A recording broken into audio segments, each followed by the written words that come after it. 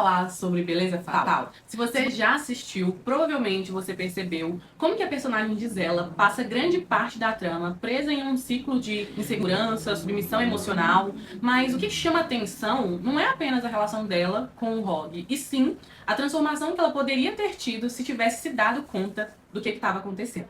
Meu nome é Luana, eu sou gestalt terapeuta, estudante de psicologia e eu tô aqui para poder te ajudar. Então, se você quer saber um pouquinho mais sobre autonomia emocional, a gente vai falar sobre isso na continuidade desse vídeo. Fica comigo até o final que eu vou te dar várias dicas importantíssimas por aqui.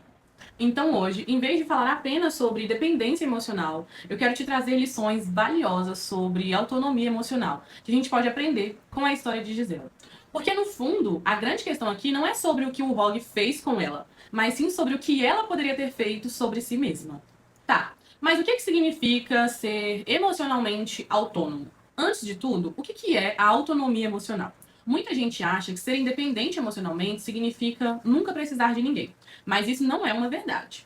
Ser emocionalmente autônomo significa que você não depende da validação do outro para se sentir seguro, amado ou suficiente. Você compartilha a sua vida com alguém, mas a sua identidade não está atrelada a essa pessoa.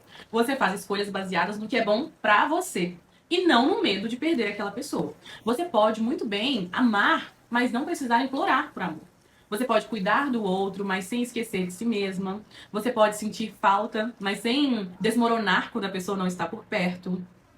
E a gente começa a perceber que a Gisela ela perdeu a autonomia emocional dela quando, por exemplo, na história, a gente vê em diversos momentos da série que ela abre mão das próprias vontades, ela abre mão da própria identidade e até mesmo da própria segurança. Isso tudo para poder manter dentro daquele relacionamento, para se manter ali ao lado do Rogue, né? A gente percebe mudança de aparência por validação externa. Quantas vezes na série a gente vê ela se submetendo a procedimentos estéticos, né? Quem assistiu mesmo vê isso, simplesmente porque ele sugeriu, né? Ele sugeriu. Será que era um desejo dela ou uma necessidade de aprovação? Né? Essa defesa incondicional, né, mesmo contra as evidências, é um outro ponto que mostra essa falta de autonomia emocional. É quando o Rogue é acusado ali por assassinato e mesmo assim ela não questiona, ela não investiga, ela apenas o defende. E até mesmo quando ela descobre que ele tinha uma amante, ela diz, mas o casamento não estava indo tão bem, né? Então faz meio que sentido, a culpa é minha, né? E isso acontece porque quem é emocionalmente dependente aceita que o outro pode ser falho ou perigoso. E isso acontece porque, para quem é emocionalmente dependente, aceitar o fato de que o outro pode ser falho ou perigoso significa perder o chão. A gente pula agora para aceitar a manipulação sem questionar. E o mais alarmante é Rogue convence ela a tomar as medicações sem prescrição médica. E aqui a gente vê o quanto Gisela coloca as decisões sobre a própria vida nas mãos dele. Quem tem autonomia emocional questiona, analisa, reflete antes de simplesmente obedecer. O que a gente percebe que não existia dentro dessa relação. Luana, mas como que eu vou fazer para poder recuperar a minha autonomia emocional? Vamos para o mais importante, né? Se você já viveu algo parecido, como que a gente faz para reconstruir essa autonomia emocional? E aqui vão algumas dicas. A primeira de todas é resgate a sua própria voz. Uma das primeiras coisas que a Gisela perdeu foi a própria voz. Então pergunte-se, você ainda sabe o que você quer? O que você gosta? O que você pensa sobre determinadas coisas? Se você tem dificuldade com isso, tente escrever um diário. Seja pequenas decisões do dia a dia, sabe? Tente entender um pouco mais sobre os seus sentimentos e escrever sobre elas. O segundo passo é crie um espaço seguro para realizar suas próprias vontades. Muitas vezes, quem vive uma relação de dependência emocional perde a conexão consigo mesmo.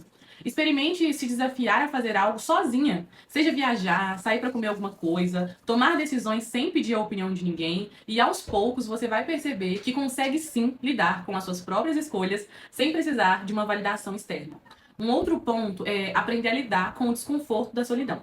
Isso aqui eu acho incrível. A Gisela, ela tem tanto medo de ficar sem o Rogue que ela prefere se agarrar a ele mesmo quando ele claramente não faz bem para ela.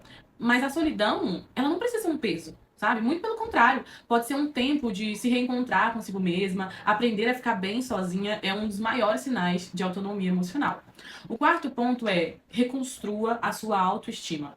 Fora dessa visão externa. Muitas vezes, ela mede o seu valor pelo olhar do Rogue. Mas a verdadeira autoestima vem de dentro. O que você admira em você mesmo? Se você parasse de buscar a aprovação dos outros, quem você seria? E se tem algo que eu acredito que podemos aprender com a história de Gisela, é que não existe um amor saudável sem a autonomia emocional.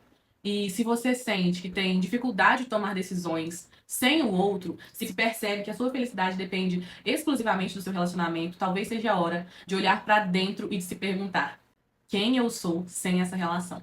Agora, me conta aqui nos comentários, você já viveu algo parecido? O que te fez recuperar a sua autonomia ou você ainda nem recuperou?